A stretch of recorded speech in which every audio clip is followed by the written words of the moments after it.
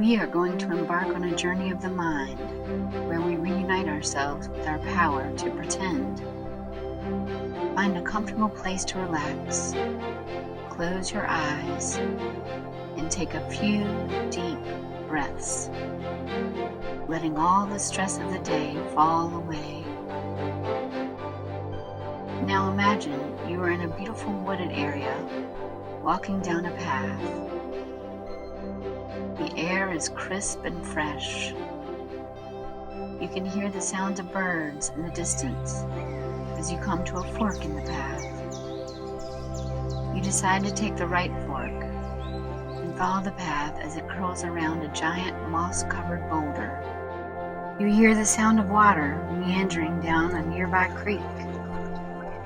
The path has now turned into stone-covered natural steps that seem to be taking you down to the creek. As you walk slowly down the steps, you see a small clearing down by the creek. You recognize this as your special sacred area.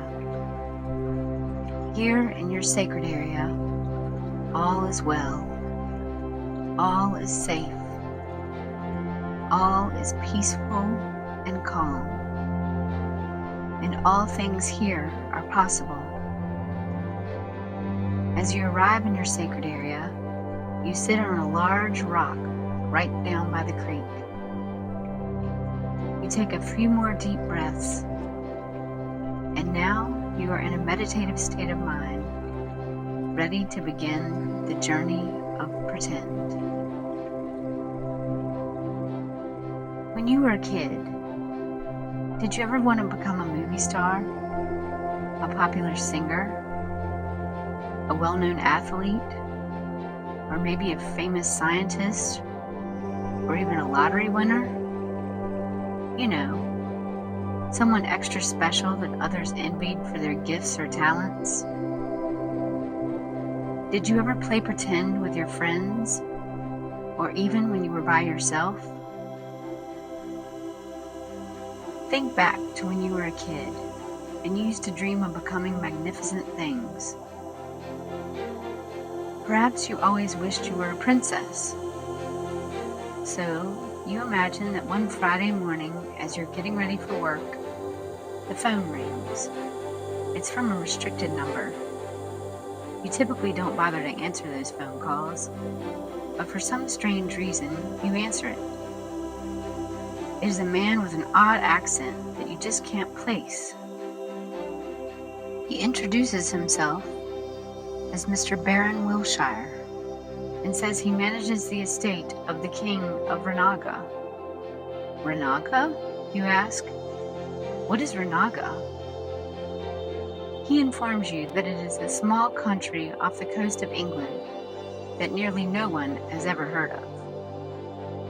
Apparently, the King of Renaga is a sixth cousin of yours from your father's side. You've never even heard of having a sixth cousin. Doesn't even seem related at that point. Anyway, he explains the relation and seems to know an awful lot about your family tree, which is intriguing to you, so you continue to listen. Apparently, the King of Renaga is an unknown tech billionaire that has uncovered many scientific game changers that will revolutionize our entire world in the upcoming months. But the king is unwell and is dying from an extremely rare disease and needs an heir to take over his country and continue his legacy. He has had private investigators following all of your family members and has picked you to be his successor. He really loves your genuine nature, your endless curiosity, and your undying optimism. As you listen to Mr. Wilshire tell you more about the king and how he never married or had children, and how he spent most of his life trying to find an appropriate heir, your doorbell rings. You interrupt Mr. Wilshire and tell him there's someone at your door. He says, "Ah, yes, that's going to be a delivery from the king. He wishes to give you a monetary gift, even if you decline his invitation. He wants you to know you're appreciated for your specialness." You answer the door to find a rather large crate. You bring it inside, find the hammer you keep in your junk drawer in the kitchen, which you use to pry it open. Inside the crate, you find stacks of gold bars with a large blue envelope on top. You open the envelope to find a check for $84 million, along with an airplane ticket to London with instructions to look for a driver who will take you to the Port of London, where you will board a yacht to be taken to Renaga. The king would like to meet with you, share his stories and great plans for his legacy with you. You are completely bewildered. Is this for real? You think to yourself. You just can't ignore this invitation and go on with your life as usual, can you? You get back on the phone with Mr. Wilshire and tell him you're blown away by all of this and ask if you can have some time to think about it. You explain how you have some safety concerns you need to address before agreeing to come. Mr. Wilshire is most gracious and understanding and tells you he will follow up with you in a few days. You hang up and immediately call your father to tell him all about the phone call, the gold, the check, and the ticket. Your dad is also taken aback and says he seems to remember hearing of a very distant cousin who was a bit of a recluse that supposedly lived on his own private island. He always thought it was some sort of family myth, but now he's beginning to think it could be true. He suggests you take the check to your bank and have them check out its legitimacy. And if that pans out, then you could consider making the trip. That makes good sense to you, so you agree and head to the bank. They are suspicious of a check that large from a mysterious person claiming to be a distant relative, but decide they will investigate it and get back to you in several days. Meanwhile, Mr. Wilshire calls you back and says that he and the king discuss the situation, and after putting themselves in your shoes, they agree it would make most sense for you to be able to bring your father and anyone else you choose with you to Renaga. He says you should be receiving 2 more tickets by tomorrow. You relay this information to your father, who agrees this is a good idea, and he would like to go so long as you can take his best friend, who is a former member of the Secret Service. You agree to it, and now feel safe about the trip, and are starting to get excited about the adventure. Could you really be an actual princess? Could the check for $84 million be legit? Is this really happening? You decide to embrace your natural optimism and allow yourself to believe. Now it's Monday. The wild weekend is over, and it's time to get back to reality and go to work. You go about your day with an extra pep in your step, now believing you're an actual princess, and thinking it's so odd that no one else knows it. It's amazing how just believing this new reality has made your day at work go by so much easier than usual, and seems to have made all of your personal interactions go smoothly. It's as if even the most disgruntled people are now a real pleasure to deal with. Weird how just a change of your beliefs can seem to affect everything about your day in such a positive way. Even if it turns out not to be true, you've had a great few days believing it is. You haven't told anyone other than your father about all this, so if it turns out not to be true, no harm done. As you're driving home from work, your phone rings. It's the bank. They ask if you can come into the bank tomorrow morning, that it's important. You immediately start thinking, uh-oh, why do they need me to come in? Am I in trouble for bringing that check? But as you start spiraling into fear and despair, the bank lady tells you that they have fully researched the check and have proven it all to be on the up and up, and they just need you to come in to sign a bunch of documents in order to deposit something that large. Your heart starts pounding. You pull off to the side of the road to try and process what she is telling you. You actually have to go to the bank tomorrow to deposit an $84 million check. You allowed yourself to consider this could be true, but now that it is, You don't know what to do with yourself. $84 million? You now have $84 million?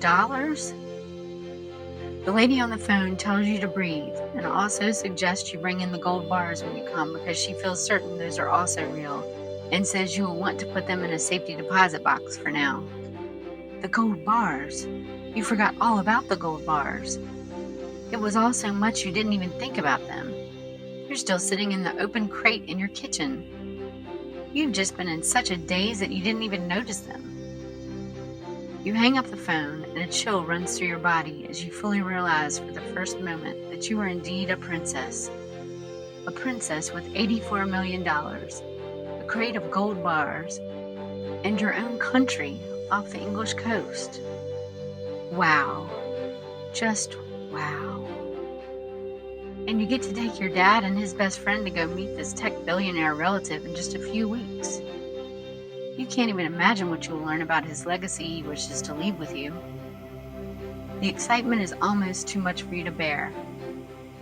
But you make it home, walk inside, and your cat, Mr. Featherboots, comes up to you for his welcome home pets.